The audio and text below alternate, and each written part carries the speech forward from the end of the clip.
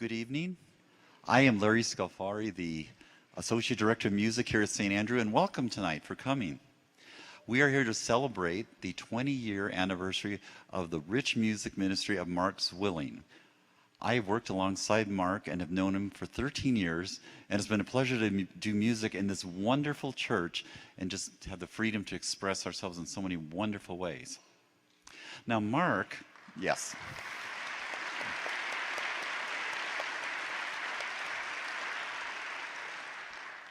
Mark has only done small recitals like at Advent or Lent, so this is his first long, full, complete recital. I'm so glad you are here tonight to enjoy this. Would you help me in welcoming my colleague and very dear friend, Mark Zwilling?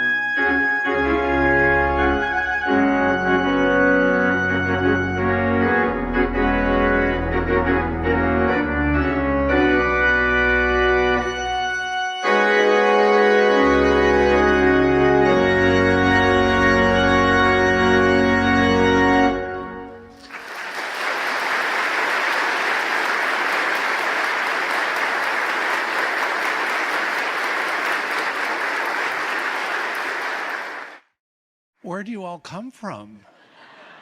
Don't you have something better to do on a Thursday night? Thank you so much for being here tonight. You know, one of the main things about being able to stay in a place a long time is to have great people to work with. And I have so many talented people to work with at this church. And so I get to do a lot of wonderful things because they really do all the work and do all the singing and do all the stuff. So this is my first full recital here at St. Andrew because God knows I have no time to practice. And so I'm so glad to be able to do this for you. So it's near Halloween, and so you'd almost expect to hear something of a Halloween song. So we are going to explore the Toccata and Fugue in D minor by Bach. And so I'll see you at the end of this.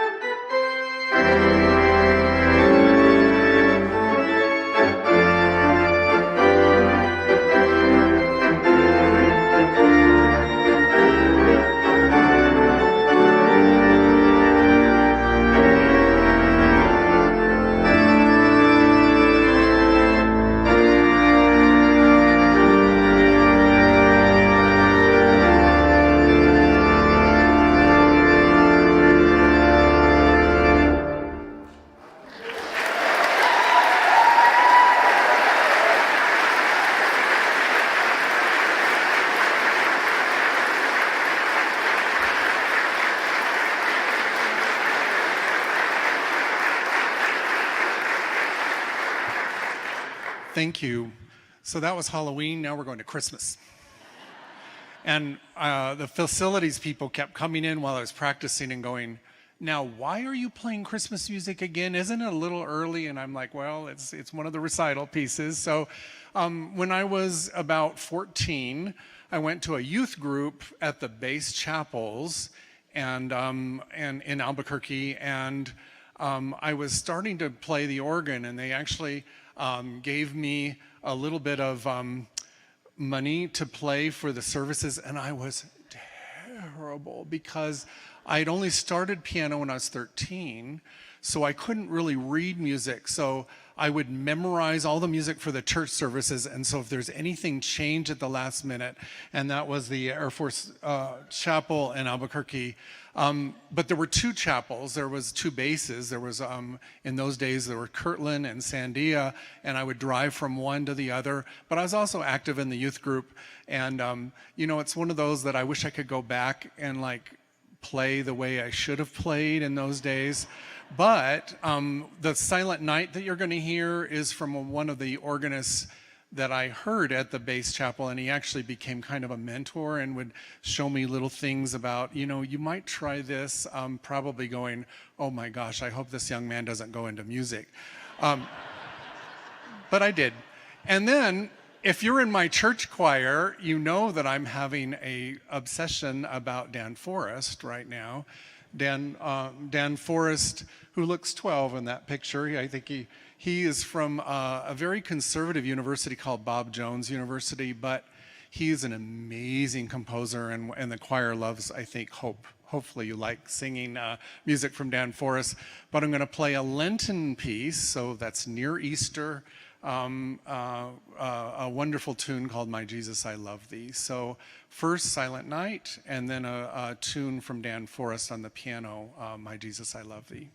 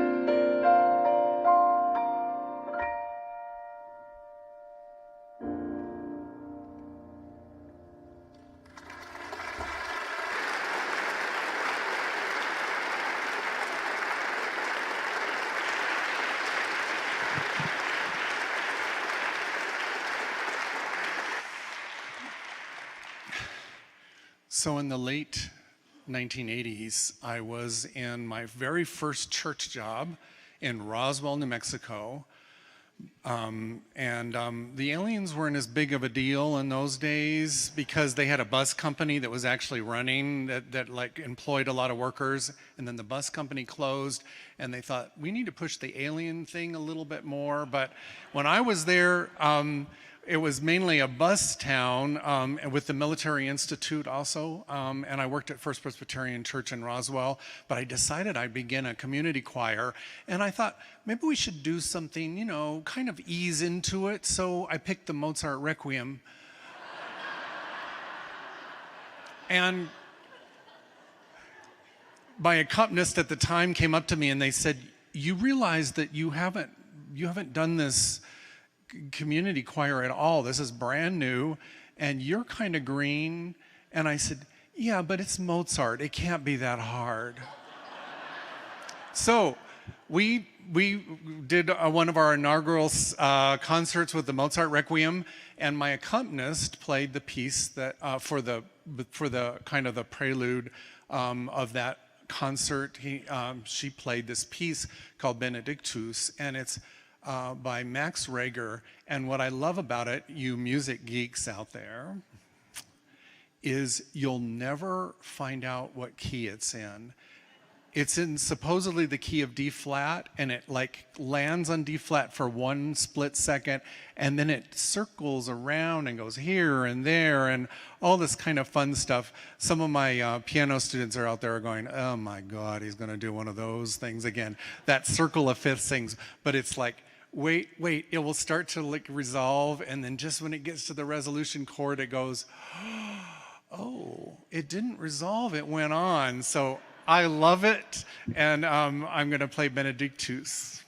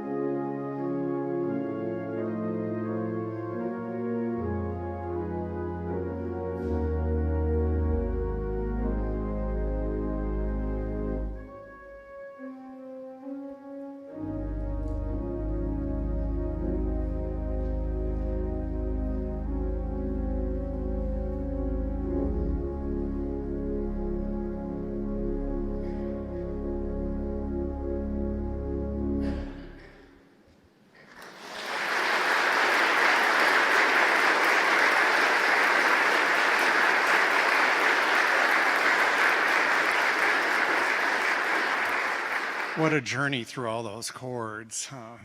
So the next piece I'm going to play, group of pieces, is chorale preludes. And so there was a very famous organist, a Lutheran organist, a very high Lutheran organist named Paul Manz, who wrote lots and lots of music.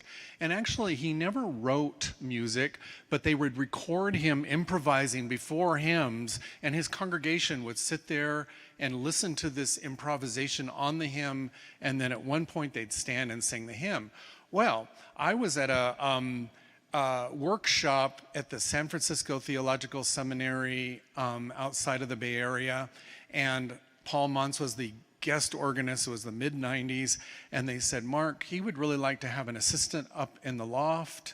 Would you be willing to kind of pull his stops and like help him? And I was like, oh yes, this is like so exciting. And so I went up there, and there's Dr. Manz there, and I'm like, hi, I'm Mark. And he said, you're going to experience a Lutheran service. The joy of a Lutheran service is there's not a lot of talking. We go from one musical thing to another. And that workshop was showing the example of a Lutheran service.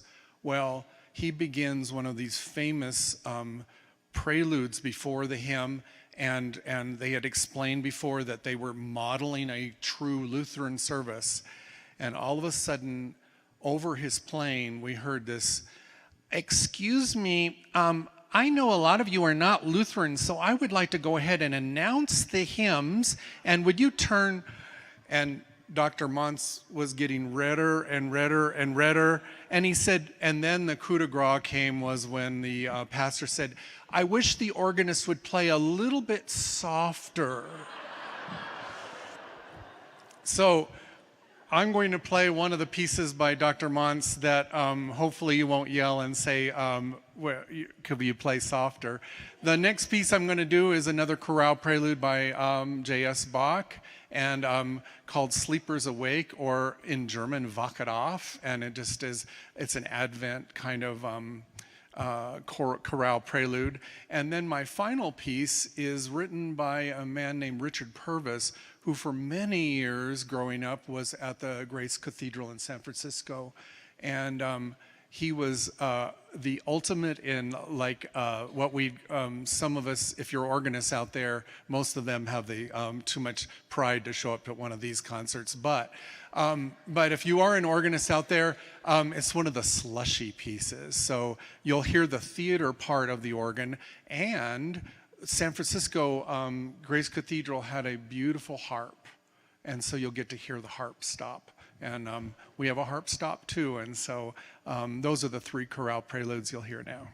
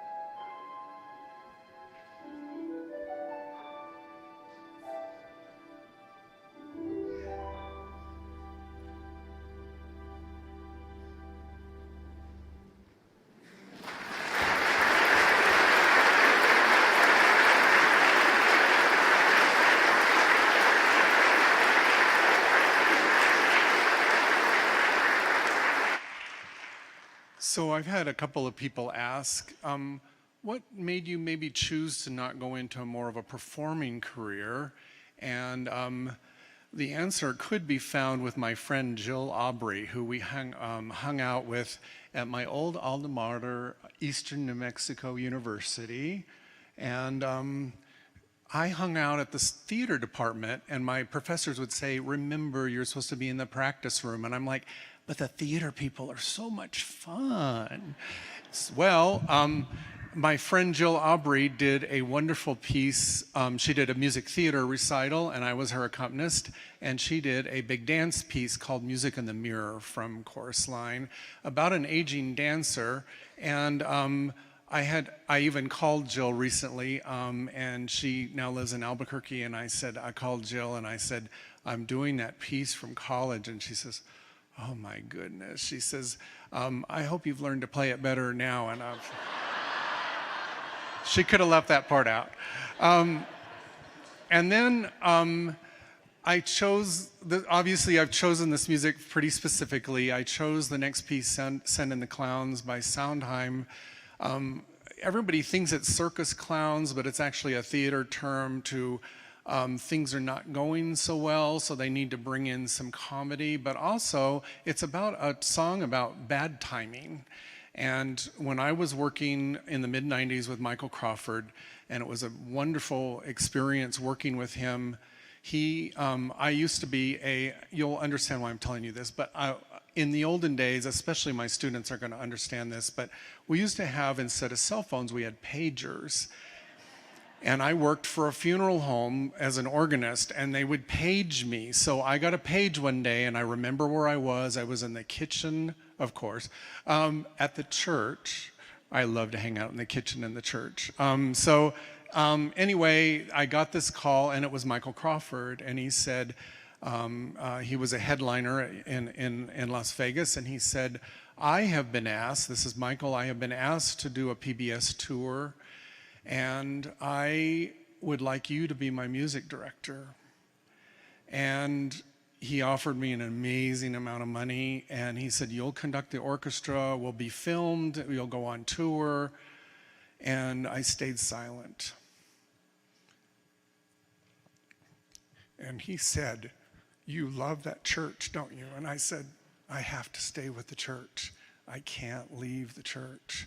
So he said, I understand, but my mother was, she said, you what?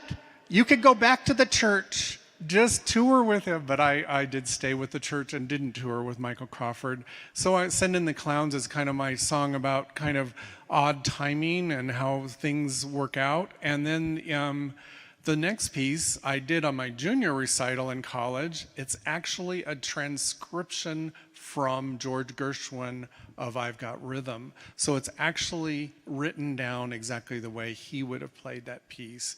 So I'm excited to be able to share these pieces with you. So Music in the Mirror, Send in the Clowns, and I've Got Rhythm.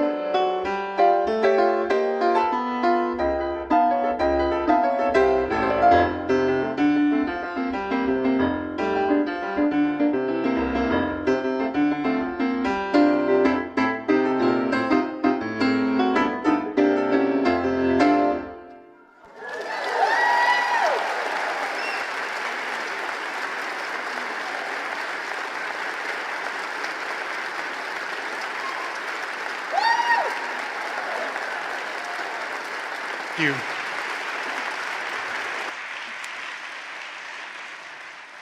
So all music people that do this for a living say, "Ooh, do you write music?" Well, I don't write music, but I love to make up music. So when I was planning this recital, I thought I should like make up some stuff, because sometimes it really goes really well when I'm alone and I'm making up stuff. The only thing is I feel a little bit like that. That they have that on that show about the medium, and like she says, I don't feel anything in the room, and it's not coming to me. And I'm like, I know how you feel, because sometimes I do wonderful music, and sometimes it's like terrible. It sounds like a 3-year-old tried to play it. So I'm going to have you think of, and I'm only going to pick one person per note, but I'm going to have you pick 3 notes, and I'm going to try to improvise a tune on those 3 notes. I'll play them first so you know what they are, and then so I don't cheat and just make up some other song. But I'm going to go get my pencil and paper, and I'll be right back.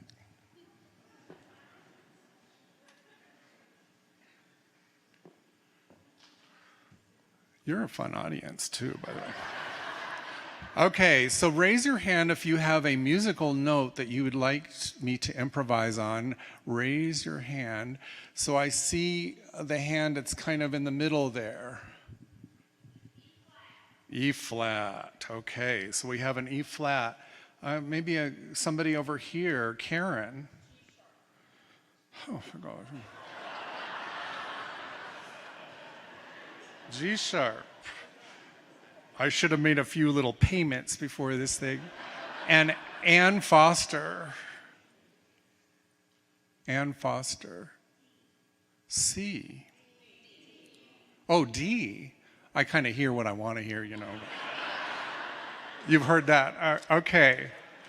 So here goes. I'll play those notes for you, and then I'm going to make up some kind of tune. This could have shortened the recital a lot.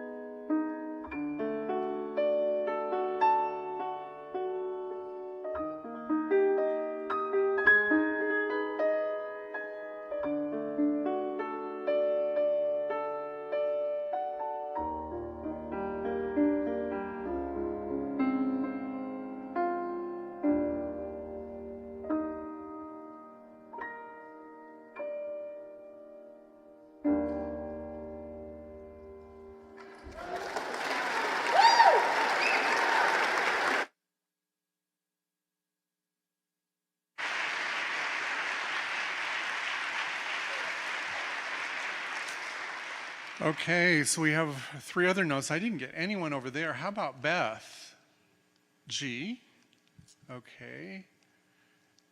That person that's way in the back. B flat. Okay, and maybe somebody over here. Pick a note, any note. Gloria. D sharp. Most people don't know D sharps exist, so. Okay, so we have G, B flat, D sharp.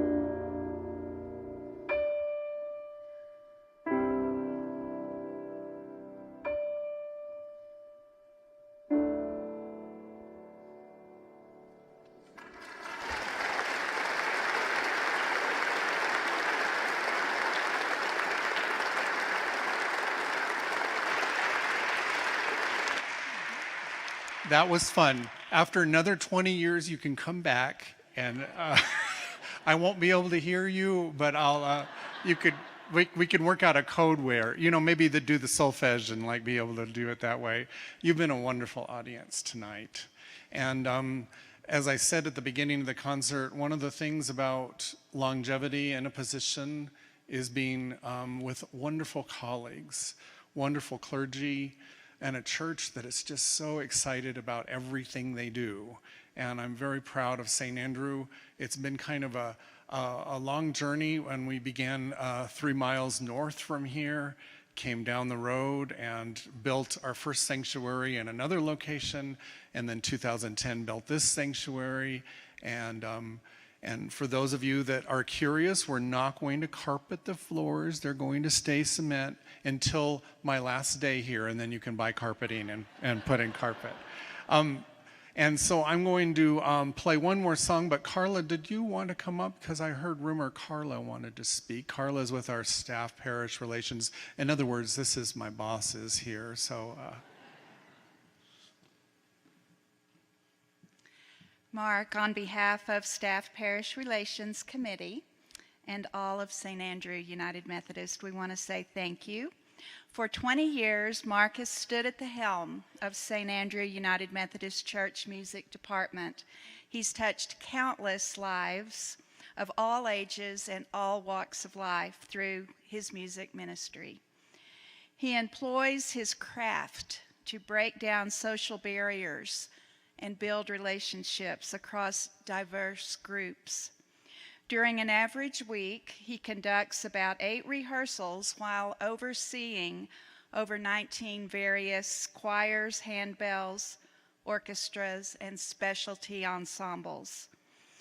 In this era of vast political divides, growing socioeconomic schisms, and social exclusion, Mark uses music to provide a refuge for all people where they can safely dwell in an inclusive community.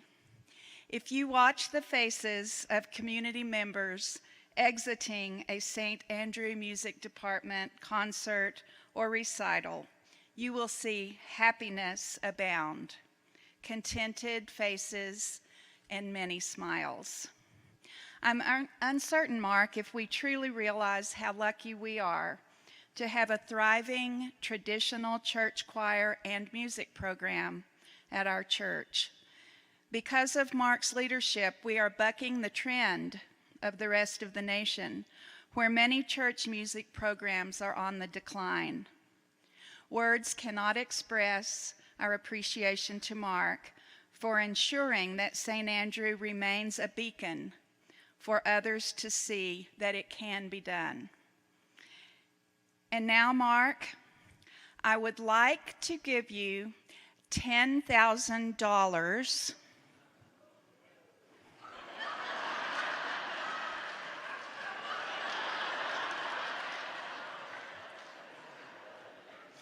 Unfortunately,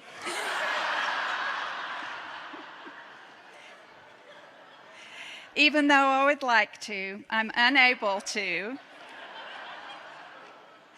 However, we do have a small token of our appreciation for all you have done and continue to do to bless our St. Andrew community.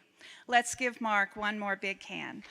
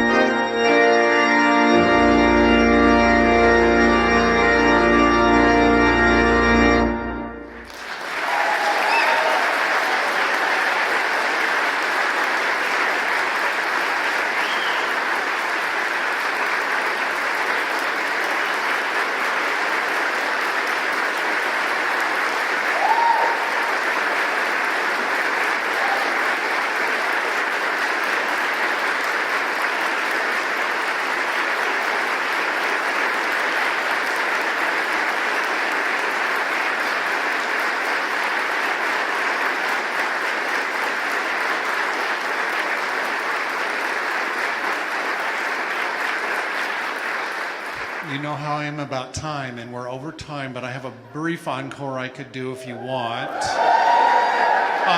But I wanted Kellen to put up a slide that tells you about the art show that kind of like celebrates 20 years of posters and stuff like that. So if you have a chance to look at some of those, they're in the back, but also in the hallway way far in the education wing. So I'm going to play just a brief piece. I'll go ahead and have you be seated. By one of my, I like this composer, but I think he's off in a monastery or somewhere now, but Cat Stevens. He doesn't seem to write stuff anymore. But anyway, I love the piece Morning Has Broken, so I'm going to play Morning.